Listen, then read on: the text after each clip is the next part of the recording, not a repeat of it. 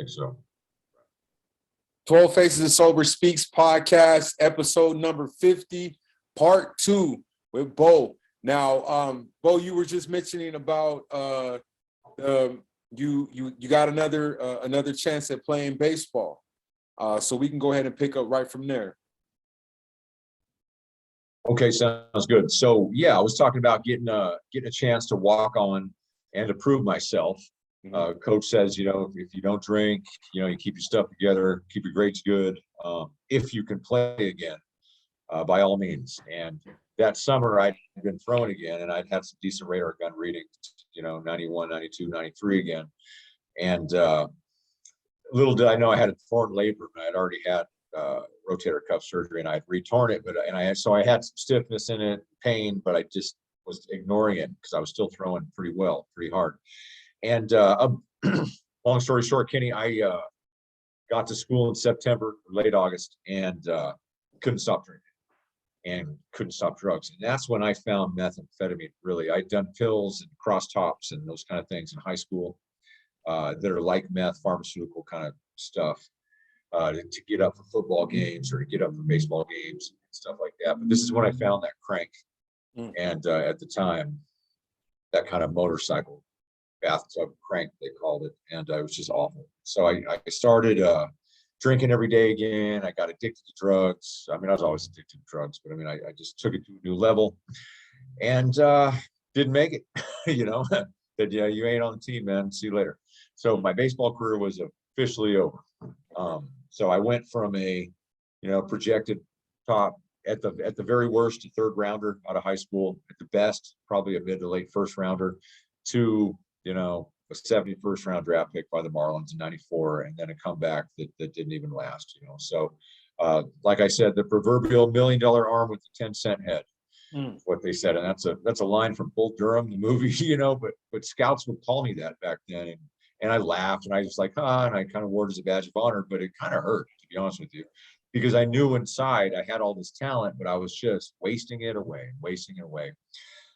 Problem is that I was a complete and total full-blown alcoholic, and I had no idea how to stop. I want to regress real quick. I first went to rehab in 1996. I got a DUI in the Army, and they sent me to Fort Gordon, Georgia for 60 days. And I had to go, so they'd allow me to stay in the Army. And so got introduced to recovery, went to a bunch of AA meetings. They bust us to AA meetings in the community in Augusta. And I loved it, man. It was like I walked into an AA meeting. I didn't know anything about it, but I walk in and I see this big, kind of like the best parts of what America should be. Like I saw white people and black people and like Asian people or whatever, men and women, straight people, gay people. I don't know, whatever. None of that stuff makes any difference to me, but it was so cool that everybody was getting along and talking about one thing, and that was how to stay sober. And I thought that was just like, wow, these are my people, man. It felt like the first time I drank alcohol, I felt like I fit in somewhere again. And I'd been longing to fit in. People assumed I did because, I had this outwardly kind of looking life that was okay. And I was a big, strong athlete, had a lot of, this and that.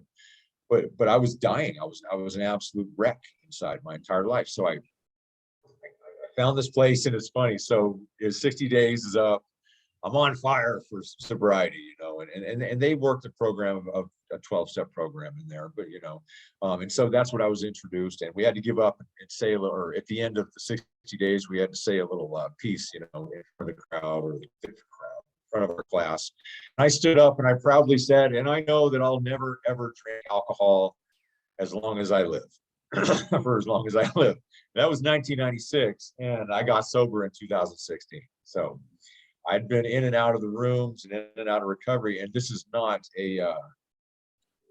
an indictment on the program of recovery, of 12-step program. It's an indictment on me, because I wasn't willing to do the work. I wasn't willing to be willing. I wasn't willing to be teachable. I wasn't willing to give up the idea that if I drink, I'm going to hurt myself, and more importantly, I'm going to hurt others every single time. This in tune down the road led to a lot of years in jail and penitentiaries. So anyways, real quick. So we're flying back to Fort Campbell from Augusta, Georgia, and we're over Mississippi somewhere, I think in Biloxi. and there's a big storm, and we're taking a hop. So we're on a C-130, and so they land the plane, and we got to stay overnight in Augusta or in Biloxi. And I'm all, sobriety this, sobriety that. I'm never going to drink again. Kenny, 2 hours later, I was in the enlisted NCO Academy getting drunk, telling other guys how to stay sober as I'm drinking beer and whiskey. I mean, it's just, so like I said, man, I just wasn't ready. I wasn't willing. So fast forward, I want to, kind of get over. So the baseball career kind of ended, and my girlfriend and I were engaged, and we were going to get married, and we planned on having my daughter, and she did get pregnant. It was wonderful. She is today just a beautiful young lady. Both my children turned out real well, well-adjusted, smart, humble kids, healthy, nothing like I was when I was a young man. And so her mom and I, again, I started drinking again all the time, and I started to get in trouble around 1998, and I started to go to jail. And this is when I started getting DUIs and getting into fights all the time. And really, it was because I had no identity anymore. I couldn't rely on, well, I'm a big baseball player, all this fraudulent crap that I bragged about that just meant nothing, or because I was just a scared kid trying to push you away and keep you at arm's length, because I didn't want anybody to really find out who I really was. And who I really was just this insecure, scared child living in a man's body who didn't know how to navigate life like a grown-up human being. And I didn't want anybody to find out that I was so incapable of just basic stuff, because I always portrayed this facade of being able to handle things and being able to be good at things. And it was just a big giant lie, just like alcohol was a big giant lie. So my daughter's mom left me because I was terrible I would have been a terrible husband, and I just had no responsibility, or I wasn't responsible for anything. And that kicked off a lot of years of bouncing from town to town, Seattle, Washington, Spokane, Washington, Portland, Oregon, Walla Walla, Washington, Sacramento, Boise, Idaho, and a lot of homeless shelters, because I became severely addicted to crack cocaine. I was homeless in 2002 in Spokane, Washington, and I had no money. I just had to do anything I could do to get drugs and alcohol every day to survive. And so I was going to the plasma clinic to donate plasma for money for alcohol and drugs and that kind of thing. And I got a letter from, actually registered my sister's house where my place of residency was. And she called me up and said, Beau, there's a letter from you from the plasma clinic. You have to go see the doctor. And right away, I'm thinking, okay, well, it's two things. It's either you're HIV positive or you're hepatitis C positive. That's why they call you in those places. And I'm scared to death because it's 2002. I think I have HIV, and I'm not knocking anyone with HIV or Hep C or any of that. I'm just saying the cures today, where people live, the rest of their lives just, fine with that stuff. But this is 20 plus years ago. Different stigma, different, less treatment, this and that. So I sit in on the bed when I get called in. The doctor says, Mr. Payne, I'm here to tell you that you've tested positive for the virus that causes, and then it seemed like the longest pause in my life. And he says hepatitis C. And I'm just like, oh my God, thank you, Lord. Thank you, and I'm like, thank you, doc. And I'll never forget this. And the doctor says, that is the strangest response that I've ever seen from a human being that just found out that they have a fatal disease. And I said, well, doc, it ain't AIDS, man. It ain't AIDS. And I don't mean that in any bad way or anything. It's just my mindset back then. And that night, Kenny, I was out putting needles in my arm that very night. Wow. Sharing dirty needles. And that's how I got hepatitis C back then. I've since been cured of it. I got cured of it in 2014. I took what's called a medicine called Harvoni, which was really easy and painless. It was one pill a day for 90 days. And it doesn't just make the disease go dormant in your body, it kills it. You're cured. I felt a big boost in my health, my energy, everything once I got cured of that. So, just real for a lot of years, I always, I went to about 14, inpatient rehabs over the years at VA hospitals all over the West Coast, Pacific Northwest. And my problem was I would always make these quick comebacks, and I would clean up well, and I would be, well-spoken, or I could get a job, a decent job. Problem is I also just loved to drink and do drugs. And I was still living that double life and feeling all this inside shame that I had blocked out for so many years, and guilt, and why did a lot of this stuff happen? I always had night terrors, and a lot of that stuff has gone away. The good majority of it's gone away. So I continue to drink forever, every day, and use drugs as much as I could, any way I could get it. I was doing horrible things for drugs. I was prostituting myself, hanging out in the wrong kind of clubs where I knew people that had drugs, just on and on. I'm not going to get into you can imagine. It was awful. It's just a terrible, terrible life. I was a dead walking soul. And all I looked at people were ways, I didn't look at people as human beings. I looked at people as, you had what I needed to survive that day, and I'm going to unfortunately have to do whatever I can to get it. Whether that was rob someone or to sell my body or to, and I don't condone any of this stuff. I don't, make it sound like, oh yeah, there's nothing cool about it. It was miserable. I wanted to die. I had loaded guns to my head, just begging God, please let me squeeze this trigger. I've been stabbed. I've been beat up so many times, robbed, orbital bones smashed, and all my ribs broken and kicked. Just that whole game, you can't, nobody's in it but for themselves. And I started getting felonies. My felonies were DUIs. I've been in the Department of Correction since 2000. I'm currently on parole, but I've been on parole for a good grip of years now, and I'm doing really well, and I can get off it in years. Just, every time I get released from a long, like a 6 or 8 month jail stint, or maybe a 2 or 3 year prison stint, I'd go right back to the stuff, right back to alcohol and drugs and all that stuff. And the last time was the capper, man. I got sentenced to another. I've been sentenced to 25 years in prison by the Idaho State Department of Correction. And I've done about, including jail, you sit in county jail and prison, before you go to, done almost 9.5 of that. So the last time I got out was a handful of years ago. And I said, I'm never going back. I said, there's one common denominator in this equation of what has been my life, and it's not the violence and the craziness in my house growing up. It's not the being sexually assaulted. It's not the woe is me. It's not this. It's the one common denominator is me. It's me. And I'm like, what do I need to do to change? Because I'm getting older now, and if I continue on this path, I have two ways that I can go. I'm going to spend the rest of my life in prison, because my last time I went to prison, because it's like a 3-strike law in this state, but they call it a persistent offender or a habitual felon act or something like that. The first offer from the prosecution was a life sentence, but 5 years to life. So I would have had to do a minimum of 5 years, probably a lot more than that, because the parole board never lets anybody out on time anyways. They always want to send you back for a few more years, just flex your muscles. I don't know. That's for another time. I have serious issues with the way that incarcerated people are treated in this country, but that's for another show. Right. But I ended up, when I left the gates, Kenny, I said, I'm just not coming back, never coming back. And so I said, what do I need to do to be happy in sobriety and to stay happy in sobriety? And I knew guys that had long-term sobriety, 10, 30 years. My sponsor today has 34 years. He got sober in prison when he was, his first 2 years of sobriety, and now he's 34 years sober. And these guys just did the deal. They trusted God, clean house, help others, man, like you're doing, being a service, talking about your story, working on your stuff, working steps in the 12-step program that they work on. And like I said, I'm inclusive to anybody's form of recovery. And I really had to smash my fake ego that I had, this giant fake ego. We call it this giant ego with a massive inferiority complex at the same time. I had to leave all that crap at the door and realize that I don't know jack. My whole life has been a mess.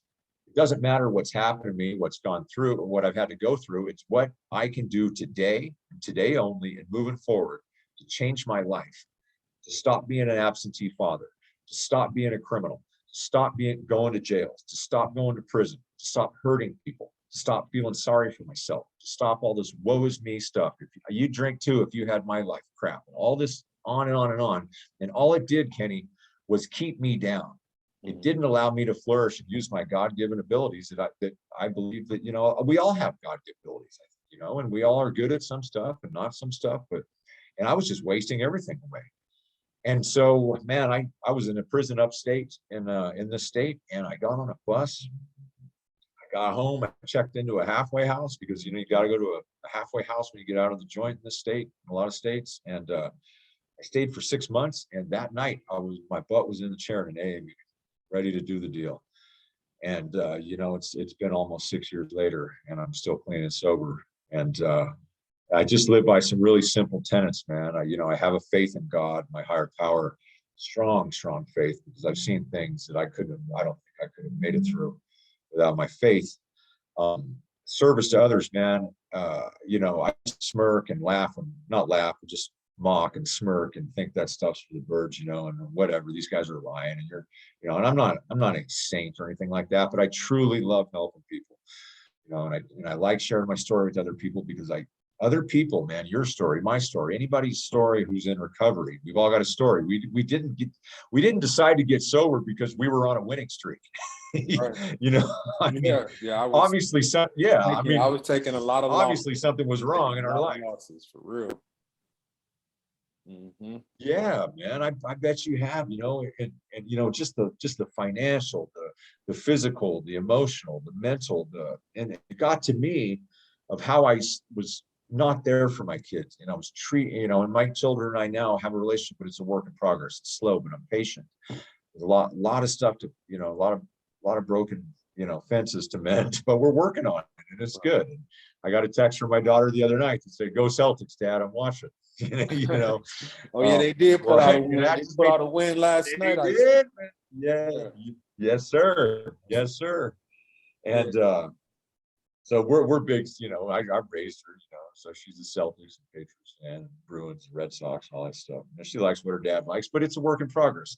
But I just started emulating, Kenny, the men the kind of sobriety that I wanted to have. Mm-hmm. They had that light in their eyes. They were peaceful. They were able to navigate the storms when they came without having to drown themselves in a bottle of Jack Daniels or drink it away with, a case of beer or whatever. They were able to pay their bills, go to work on time, be good spouses, or if you're single, just be good human being, be good people, be a good member of society, man. And those were things that I just never was ever. I always wanted to be, but I just never was. I was a gutter drunk and a gutter junkie, just couldn't stop. So I just finally surrendered, man. I said, I can't do this anymore. Every time I touch alcohol to my mouth, my whole world gets turned upside down, and I hurt people and I go to jail and prison. And so I feel you on that one. I feel you on that one. Yeah. That's why I won't touch it. Like I was just telling my lady just yesterday, because I saw something, I think it was on Facebook, in one of the alcohol groups that I'm in. There was someone that had posted they had went to a restaurant and ordered a non-alcoholic a Prosecco wine or something like that. And then they, instead of them bringing the Prosecco, they brought actual alcohol. And I'm like, see, that's why I won't even order a non-alcoholic drink, because of that fact. Because like I said, regardless of if you didn't want to drink, you still drank it. So guess what? You're back on day one. Exactly. You know what I'm saying? So that's why, back like, on day one. Yeah. And that's why I'm like, I refuse. Now, if I go to a restaurant and they cook with alcohol, that's something they ain't telling me up front. But if I know that I'm gonna be very upset at the fact that, like, man, like I done busted my behind to get to this point, and now I got to go back to day one. You know what I'm saying? Because like, I'm not going to be like, oh, that's just one slip up. No, because I mean, it's still being compromised. And so that's why I be careful. So like, I knock people that take, if that's what your vice is and you want to have those drinks, go right ahead. But for me, I know what alcohol tastes like, and I don't want that type of taste in my mouth at all, even if it's something that don't actually have the alcohol in it, because I just know better. I was when I say a strong drunk, I was sun up to the next morning type drunk. So it was like 20 hours of drinking. It was more or less of what I did, especially when I got out the Army. So it like I said, I honestly, Beau, like I commend you for the fact, one, to share like this information, because a lot of people, or I can say a lot, there are people that won't really necessarily open up to to someone with this detailed type of information. That's why, as you can see, I didn't interrupt you. I had a long list of questions to ask, but I was just like, hey, you're answering the questions as I'm going, as you're going. So I'm like, hey, keep flooding the information, because I think in recovery, period, is that, for one, you have to be true to yourself, and you can't point the finger, and I'm not gonna lie, I did that early in my sobriety. I was like, oh, well, my ex-wife did this, my ex-wife didn't do this, and I understand, yeah, she did it, but at the same token, I didn't have to abuse myself as far as the multitude of drinking that I was doing. And so once I truly realized that I had to get away from Phoenix and say, okay, I just surrender and let me go to AA. Because like I said, I didn't experience AA as much as you, but I went to not AA, but rehab. I went to 3 different rehabs in 3 different states. One was forced by the Army, one was forced by my family, or 2 was forced by my family. And then, like I said, the last one that I did was through the VA. Big shouts out to the St. Cloud Regional VA in St. Cloud, Minnesota. They took me in. I walked in the doors drunk from, partying literally till about 2 or 3 o'clock in the morning. I had a report there at like 7 or 8. So, and I feel you, man. So it's, but the most important thing is, as far as, what I wanted to touch on too, is baseball was my passion in terms of what I, the first sport. My dad, he taught me how to play, but then my dad was in the Navy. He was too busy in the streets, and he didn't have time. So I'll give it to him. He taught me how to bat right-handed, despite the fact of me being left-handed. But in terms of the skills that I ended up picking up over the years, he didn't teach me how to pitch. He didn't teach me how to play first base. He wasn't there when I hit 2 home runs in a game, and that was the best game of my whole career. He didn't stick with me when once after I got to, after playing my freshman year, he didn't say, oh, you need to continue playing. He didn't show up for the baseball games, football games, or basketball games. And I played football and basketball all throughout high school. And as you said, the same thing about being recruited.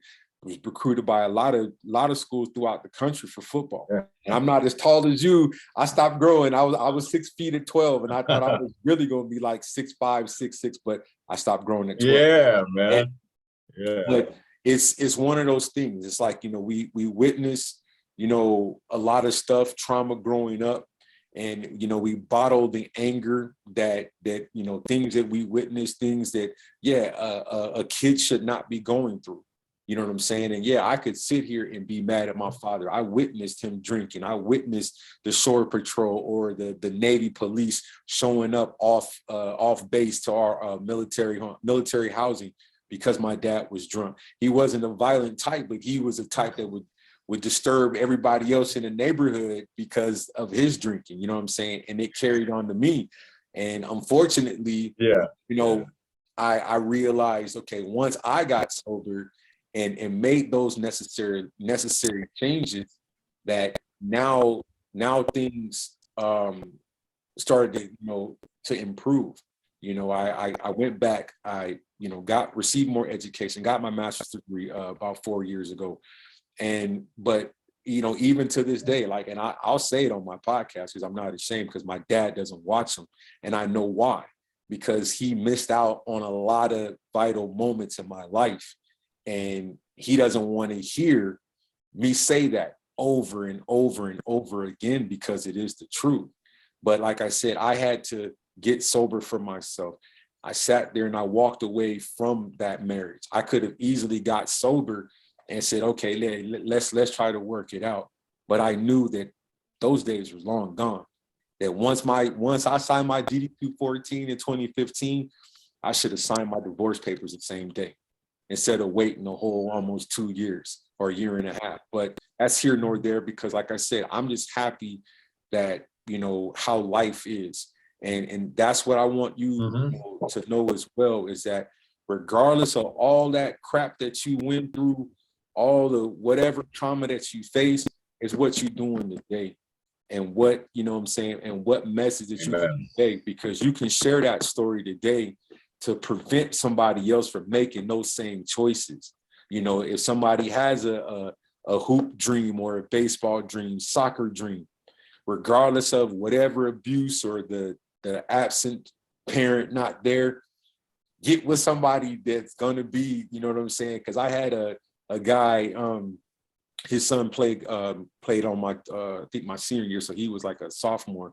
His dad came after every game, was like, Kenny, you're raw talent. So we need you to get with somebody that can get you right. But at that point, once I graduated high school, I was like, I don't even know for sure if I'll ever play a sport again, even though I did try in 2001 to play football. But at that point, I was like 22, 23. And I said, I'm not about to sacrifice my body for 1 or 2 years of eligibility. So, I mean, it's, you know, this is what the nature of this is, that, you know, that we can get on here on this platform and talk about our past, regardless of whatever screw ups, mistakes that we made. But it's like what we're trying to do today, and how we can help others, and, you know, hopefully spread the right message so that others don't make those mistakes. Because like I said, I was a step away from getting a DUI, and I'm knock on wood that I'm thankful I never did, because I know that I drove over 100 times, if not more. I spent a night in jail in Phoenix. I will admit that, and lost a career and everything. But I'm okay with that, because I knew that this was not the career I wanted anyway for the rest of my life. So, you know, things work out for a reason. And, you know, like I said, I'm mad about radio. I wanted to be one of the best radio personalities in the country.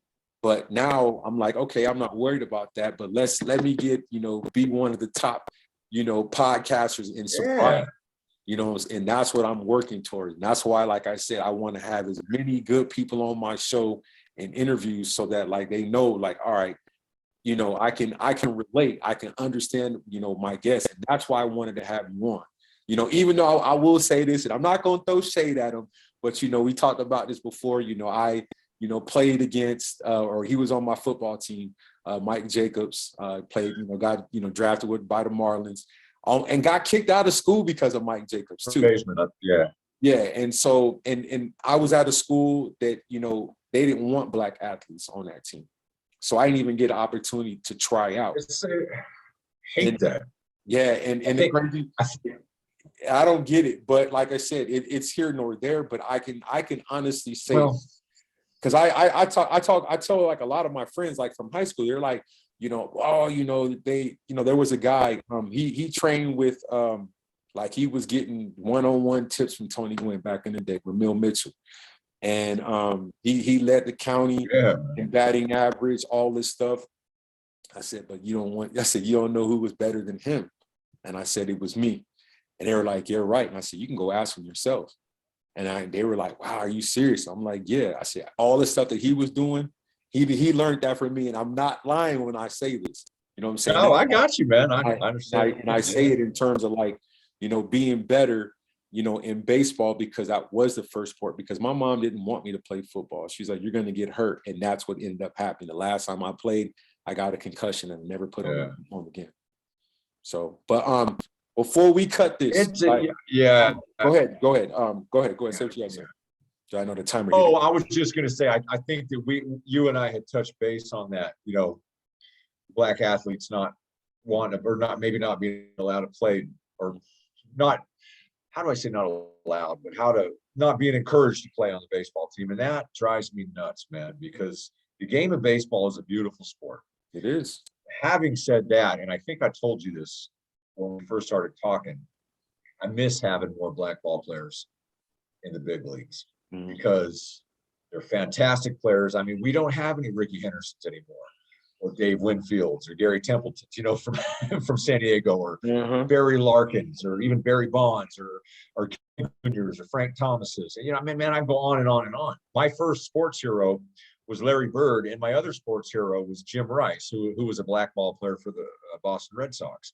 I mean, Jim Rice was my idol. I wanted to be exactly like Jim Rice, to me, and I'll wrap this up because I don't want to make this about this or that, but to me, it's just kind of sad that the percentages have gone down so big as far as black athletes playing big league baseball, and I think there's a variety of reasons why, and I don't get into that kind of stuff so much, but man, some of my first heroes were black ball players. You know what I mean? It's just the game is not. It's just the game is not good enough. It's not as good as it once was. And I want to share this with you because it was interesting growing up. This is kind of like the reason why.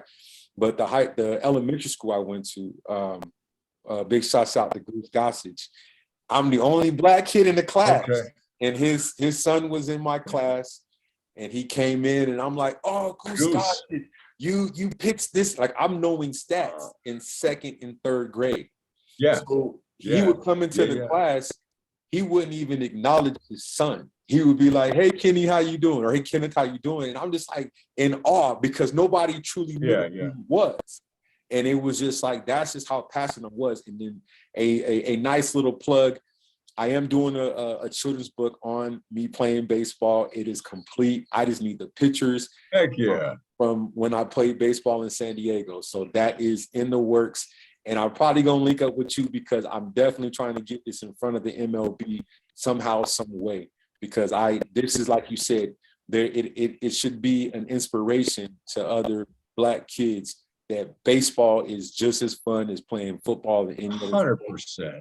So, but look, Beau, I just want you to leave us with this, is that, seeing that you have worked really hard on your recovery, what message can you leave people with that's early in sobriety, those that are still struggling, and more or less a motivating message that can keep them away from the alcohol, because you've been through hell and hot water, but you clearly have made it through it. And like I said, they need to hear it. Instead of me saying it all the time, I like to pass it on to my guests. Yeah, man. I'll just lay a couple lines on you, man, that I think about. Some of my favorite people are people that have walked through hell and have come out and become forged in fire. And to anyone who's listening to this, if you're struggling with alcoholism, if you're struggling with addiction, if you think that your life is over, if you think that maybe you're too old, that life's passed you by, you can't stop drinking, you can't stop using, just don't give up, man. In early sobriety, when I was so sick and trying to get better, there were days where all I could do was put my left foot in front of the other, breathe, don't drink that day, and then repeat. And slowly but surely, things got better. And I swear to God, as Kenny, you can attest to that, there are miracles out there waiting. And there is one waiting for anybody out there who wants to get clean and sober. So do not leave until it happens, and it will happen. And sometimes it seems like it will never get better. Sometimes it seems like the world is just out to crush us, kill us. But if we just do things one simple minute, one simple moment at a time, things will get better. And that's a promise. That's not just a suggestion from me. That is a guaranteed promise. And I'm living proof, as you are, and as literally millions of people around the globe are. So don't give up. Just left foot in front of the right, breathe, don't drink, and repeat, and it'll get better. Right on. And like I said, Beau, it is an honor and pleasure you coming on my 50th 5-0. Casey, my camera is different. That's cool, man.